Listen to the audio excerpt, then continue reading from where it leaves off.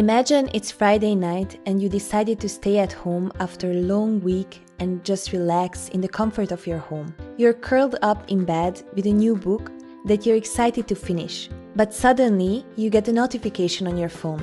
Your friend just posted a video of a house party that all of your friends went to, having the time of their lives. Just moments ago, you were happy about your decision to skip it, but now you feel like you're missed out on the best experience of your life. You feel inadequate. And even though you can't change it now, you struggle to enjoy your evening. So you check your social media to see what other people are doing. And it seems like you're the only one who decided to stay at home. And a massive wave of FOMO hits you, the fear of missing out. This is one example, but it can also be very different. One of my closest friends is living the dream now, traveling in South America after finishing his degree. First time leaving Europe to brighten his horizon. Sounds pretty cool, right? Especially when you're at home, doing daily routine, experiencing a lot of stress at work, at school, or in your personal life.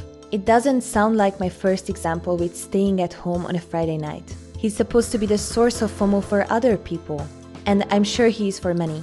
But then why is it that he asked me to cover this topic when he's supposed to have the best time of his life? Easy. He got into a new ecosystem of backpackers where traveling for only 4 months is like going on a weekend getaway. So he asked me what to do against FOMO.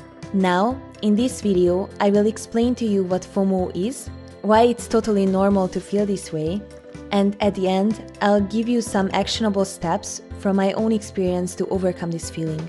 So what is FOMO? FOMO became a buzzword in recent years, but that doesn't mean that it's a new phenomenon. Everyone has experienced FOMO at some point of their lives. The first scientific study researching FOMO was published in 2013, and in this study they found that people under age 30 who feel dissatisfied with their lives are the most affected by FOMO, men even more than women. Another study found that 70% of millennials are suffering from FOMO.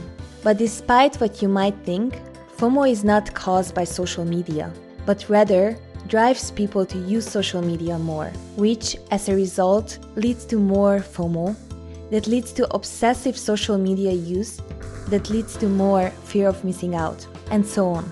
And this can have severe consequences. At the one spectrum, FOMO causes anxiety and insecurity. At the other spectrum, however, people who suffer from FOMO are more likely to text and check social media while driving, which can be even more dangerous not only to themselves, but to others as well. But then why do I say that it's totally normal to feel this way? Easy. We live in the age of hyper-documentation. GoPros and smartphone cameras make it easier than ever to film and post what is happening in real life. It's gotten so far that we are unable to enjoy the present moment unless other people validate it through social media that our experience is really worth it.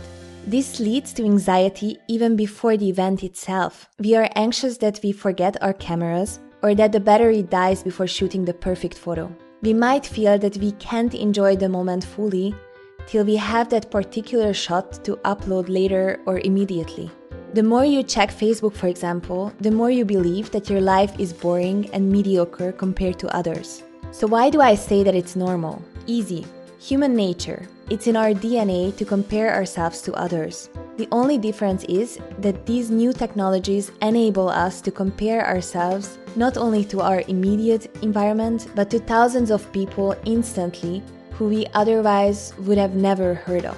But don't get me wrong.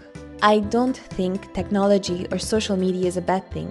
We just have to learn how to use it properly so it encourages and inspires us instead of dragging us down. But FOMO doesn't have to be a bad thing. When we understand and recognize it, it can guide us by telling us what is wrong. FOMO is not the problem. The problem starts when you experience it all the time. So what can we do now? How can we stop worrying about the options we are missing out on and focus on all the amazing things that we get to experience instead? Fortunately, there are some easy ways to fix FOMO and get back to a healthy and happy life. First, recognize that you are experiencing FOMO and start asking questions like, Before knowing what other people were up to, did I want to do these activities? Would I enjoy this experience right now if I were there? If so, why? What experience would I have to give up in exchange for another? Will I care about this a week from now? What causes this feeling? Is it my dream or someone else's? Look at your experience from an outside perspective. Would anyone else experience FOMO if they would see what I'm up to right now? For example, I turned down many social events to work on my animations. When I ask myself this question, I see that from an outside perspective, I'm pursuing something that I'm passionate about that others might feel like they are missing out on. My friend in South America is experiencing new cultures that many of us would love to do even for a short time. This helps you realize your own successes and notice the small things in your life that make you happy. 3. Unplug more often. Let me ask you a question. How far are you from your phone right now? Can you reach it without moving your feet? Or are you even watching this video on your phone? When you sleep, can you reach your phone from your bed? This might be the first time you've considered these questions. One way to reduce FOMO is to limit your phone use to 1 to 2 times a day, or use blocking apps to limit the content of what you see on many of the platforms. A couple of years ago, I deleted Facebook from my phone and unfollowed a lot of people on Instagram. After doing that, I experienced significant change in my overall happiness. The next step was when I created my new Instagram account, Colombo Doodles, where I share my creative experiments with you. With this account, I created an ecosystem that only encourages and inspires me by following artists and influencers, instead of people from my old high school who only trigger FOMO without actually being active parts of my life anymore. I hope these tips will help you the next time you experience FOMO. Let me know down in the comments below what other techniques help you overcome the fear of missing out, or if you have any other questions. I will also link some other videos that helped me research this topic in the description. And as always, if you like this video, don't forget to give me a thumbs up and to subscribe. Thank you for watching and see you next time. Bye.